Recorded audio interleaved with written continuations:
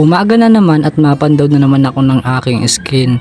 At eto na nga ako, papunta na ako sa lugar ng aking pinagtataanan. Pagpunta ko nga dito sa aking tinataanan ay nakakuha kagad ako ng isang piraso. Agad ko na nga palang kinuha at nilagay ko na sa aking bakang daladala. Doon nga pala sa nagtatanong at nagchat-chat sa akin at nagko-comment kung nasa shrimp farming pa ba ako, ay wala na nga po pala.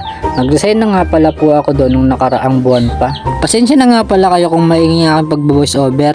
Nasa probinsya na nga pala ako at maraming manok dito. Ito nga isang trap ko ay nakakuha ng marami-rami. Nasa 4 na piraso yata yung laman nito. At pagkakuha ko nga ng laman ay binalik ko na ulit sa pinagtataanan. Ito namang isang trap ko ay nakakuha ng isa ulit. Agad ko nang kinuha at tinaktak ko ulit sa may bangka.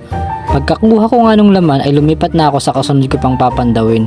Ito nga isa pala ay walang laman. Pag nga ganitong walang laman ay okay lang yan. Ililipat ko na lang ng pesto ito mamayang hapon. Pagkabalik ko nga dun sa isang walang laman ay lumipat na ako dito sa kasunod kong papandawin. Ito namang kasunod ay nakahuli ng 2 piraso. Agad ko na nga ulit kinuha yung laman at nilagay ko sa may bangka. At ito namang kasunod ay nakakuha din ng 2. Mukhang maganda-ganda yung napagtaanan ko ngayong araw.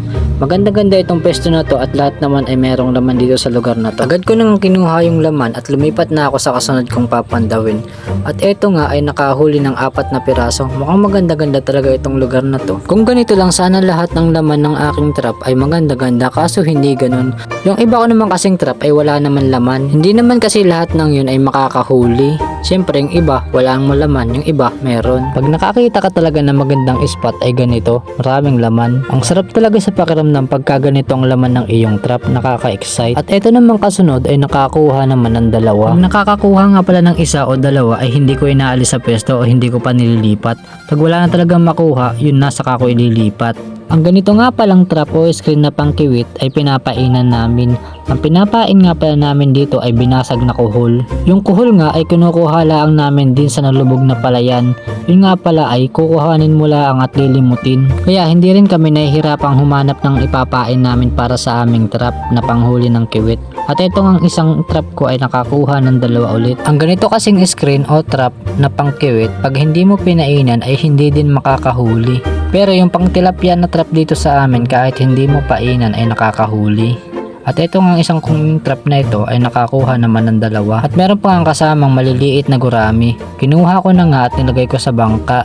Natapos na nga ako sa pamamandaw ngayong umaga at ito na nga pala yung huli ko.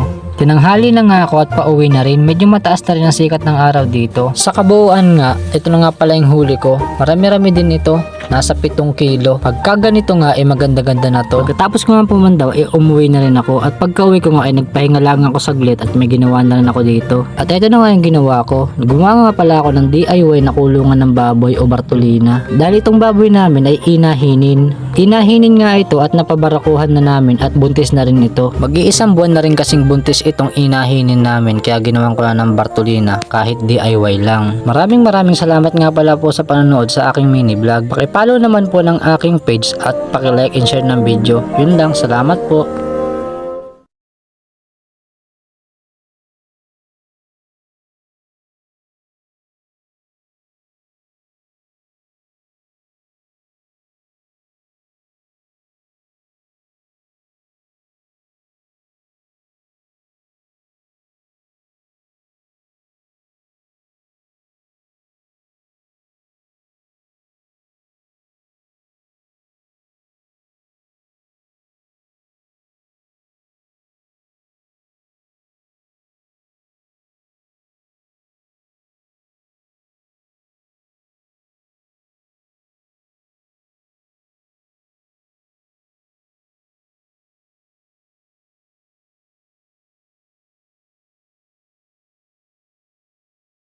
Pagkatapos ko nga pala isa na nga lang pala itong alaga namin at ito nga pala ay napabarakuhan namin. Ito nga pala buntis na nga rin pala siya.